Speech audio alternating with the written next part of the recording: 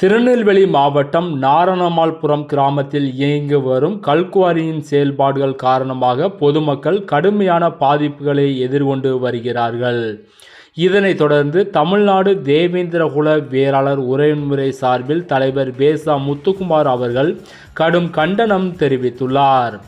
திருநெல்வேலி மாவட்டம் நாரணம்மாள்புரம் கிராமம் பகுதி 1 சர்வே எண் 807 முகதீன் ஷேக் சகதிக் தகப்பனார் பெயர் நவாஸ்கான் என்ற பெயரில் செயல்படும் ராபே ஸ்டோன் மற்றும் கிரவல் குவாரி குடியிருப்பு பகுதிக்கு மிக அருகில் இயங்கி வருகிறது. இதன் காரணமாக நிலத்தடி நீர் பாதிப்பு, வீடுகளில் பிளவுகள், தூசி மாசு, சத்தம் மூட்டம் காரணமாக பொதுமக்கள் அநேக நபருக்கு உடல்நலக் குறைவுகள் அதிகரித்துள்ளதாக குற்றச்சாட்டு எழுந்துள்ளது.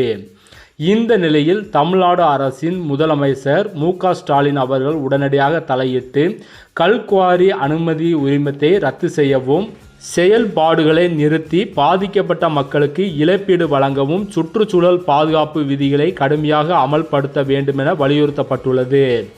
மேற்கொண்ட கோரிக்கைகளை உடனடியாக நிறைவேற்றப்படாவிட்டால் தமிழ்நாடு தேவேந்திரகுல வேளாளர் உறவின்முறை சார்பில் மக்கள் தேர்தல் புறக்கணிப்பு உள்ளிட்ட ஜனநாயக போராட்டங்கள் முன்னெடுக்கப்படும் என பேசா முத்துக்குமார் எச்சரிக்கை விடுத்துள்ளார்.